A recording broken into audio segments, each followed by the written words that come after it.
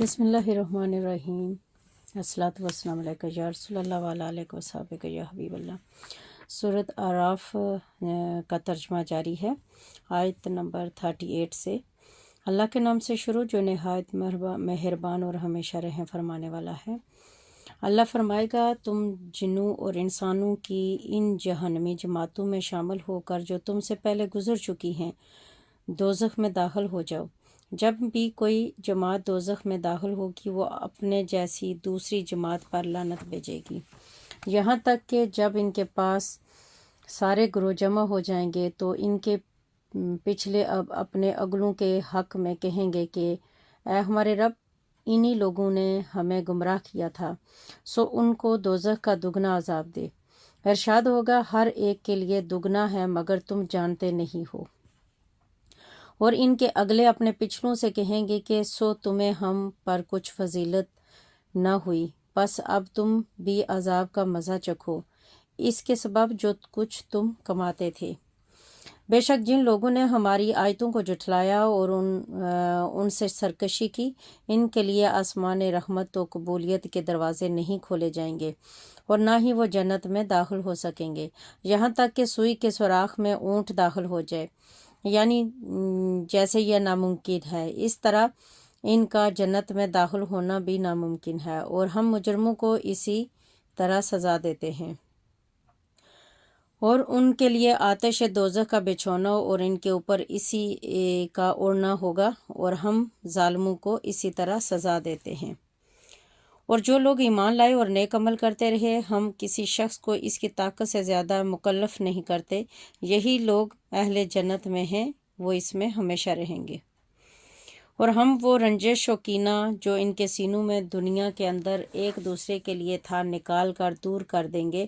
ان کے محلوں کے نیچے نہریں جاری ہوں گی، اور وہ کہیں گے کہ سب تعریف اللہ ہی کے لیے ہے جس نے ہمیں یہاں تک پہنچا دیا، اور ہم اس مقام تک کبھی راہ نہ پا سکتے تھے اگر اللہ ہمیں ہدایت نہ فرماتا۔ بے شک ہمارے رب کے رسول حق کا پیغام لائے تھے، اور اس دن ندا دی جائے گی کہ تم لوگ اس جنت کے وارث بنا دیے گئے ہو ان نیک اعمال کے باعث جو تم انجام دیتے تھے۔ اور اہل جنت دوزخ والوں کو پکار کر کہیں گے کہ ہم تو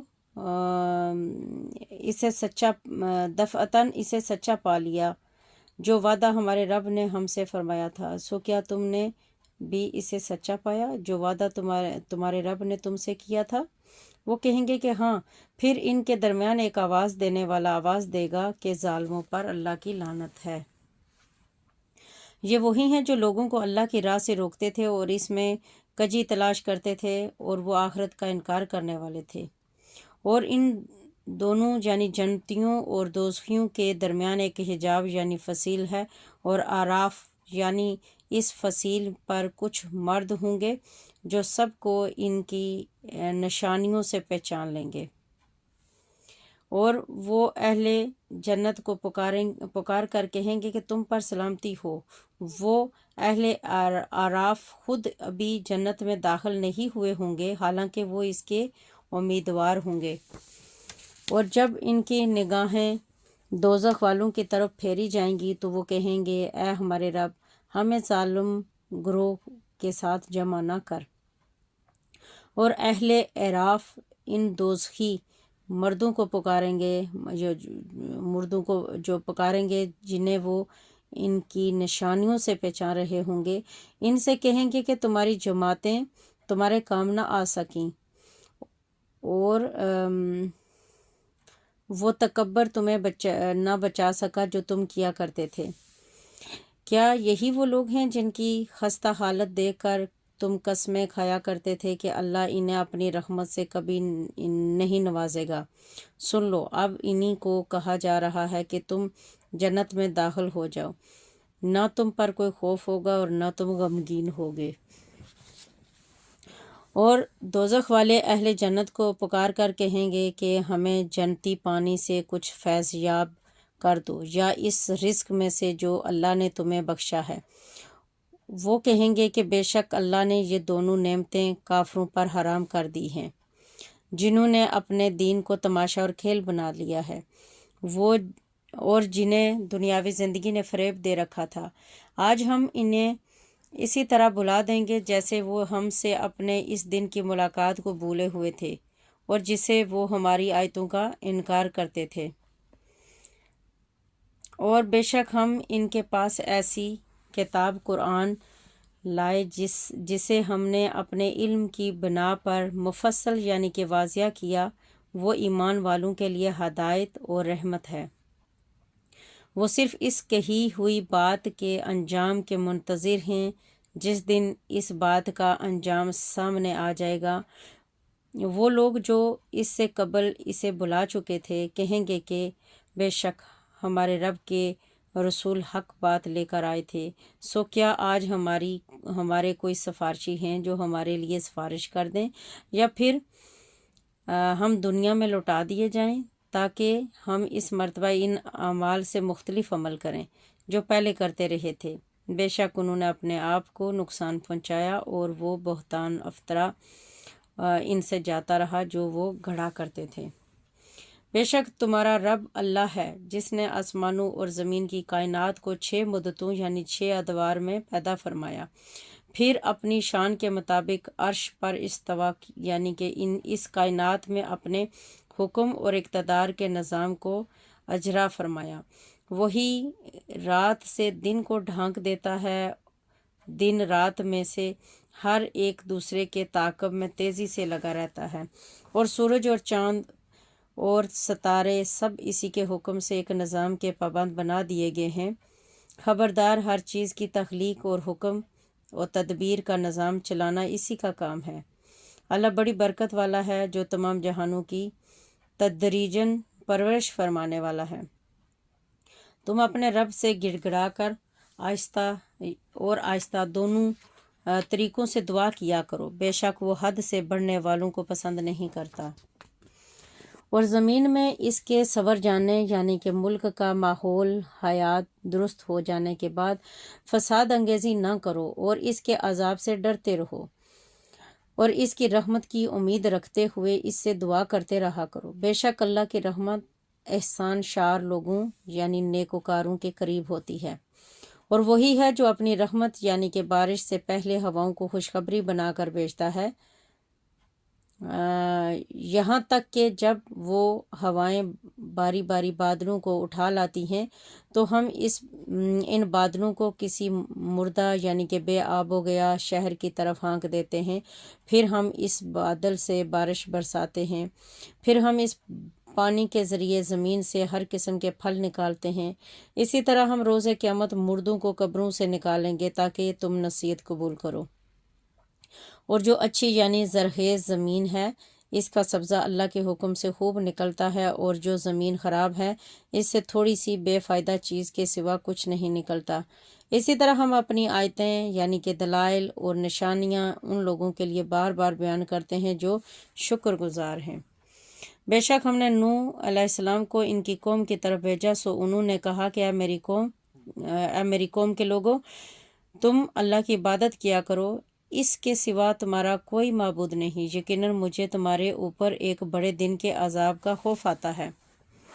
ان کی قوم کے سرداروں اور رئیسوں نے کہا، اے نوح، بے شک ہم تمہیں کھلی گمراہی میں مبتلا دیکھتے ہیں۔ انہوں نے کہا کہ اے میری قوم، مجھ میں کوئی گمراہی نہیں، لیکن یہ حقیقت ہے کہ میں تمام جہان والوں کے رب کی طرف سے رسول مبعوث ہوا ہوں۔